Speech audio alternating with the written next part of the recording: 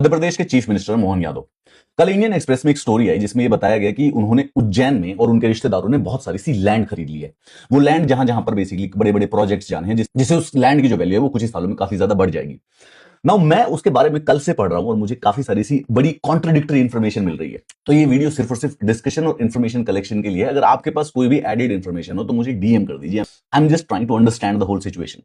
ये Indian Express की report है। इसके अंदर जो जो इन्फॉर्मेशन दी हुई है वो मैं जितनी रिसर्च कर पाया उसमें मैच नहीं हुई। जिसमें भाई 2024 में 168 एकड़ के करीब जमीन जो है वो मोहन यादव और इनके रिश्तेदारों के पास है, लेकिन ये 2021 में सिर्फ और सिर्फ 85 एकड़ थी और बिल्कुल नंबर ऑफ प्लॉट एकड़ से मिला के पूरे के पूरे ईयर तक मैप किए हुए हैं। तो 28 एकड़ खरीदी, उनके बेटे ने कितने खरीदी, उनके कजन नीलेश ने, गोविंद ने, नारायण ने, मतलब सबके पास कितनी कितनी कितनी लैंड खरीदी गई है, ये इंडियन एक्सप्रेस की इन्वेस्टिगेशन में दिया हुआ था। अब देखो, जितना जहां तक अभी तक मैंने रिसर्च किया है, नवंबर 2023 से जब मोहन यादव चीफ मिनिस्टर बना था उससे लेके आज तक जो उसकी पर्सनल लैंड होल्डिंग है उतनी है। मतलब कि ऑफिशियली जो भी कोई रिकॉर्ड्स है उसके अंदर कोई भी चेंज मुझे नहीं मिला अभी तक।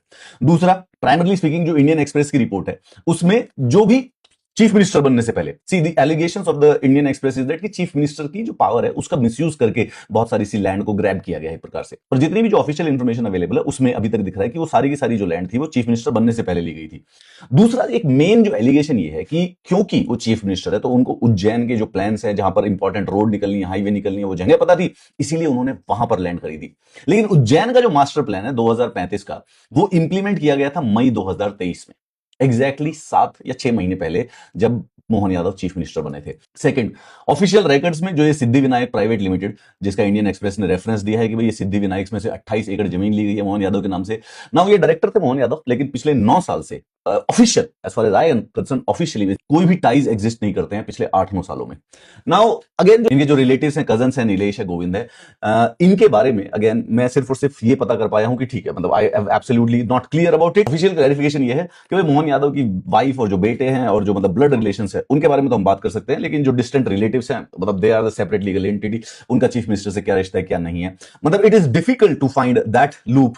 रिसर्च कर लीजिए, you should do it. And अगर आपको मिले तो मुझे डीएम कीजिए। This is an informational video. मैं खुद डेटा कलेक्ट करने की कोशिश कर रहा हूं कि जो भी मोहन यादव की फैमिली लैंड परचेजेस हैं वो 2019 से 2023 के बीच में हुई हैं, और खासकर से चीफ मिनिस्टर बनने के बाद नहीं हुई है एक भी। अगर उसके पास कुछ डेटा हो तो प्लीज मुझे भेज दीजिएगा।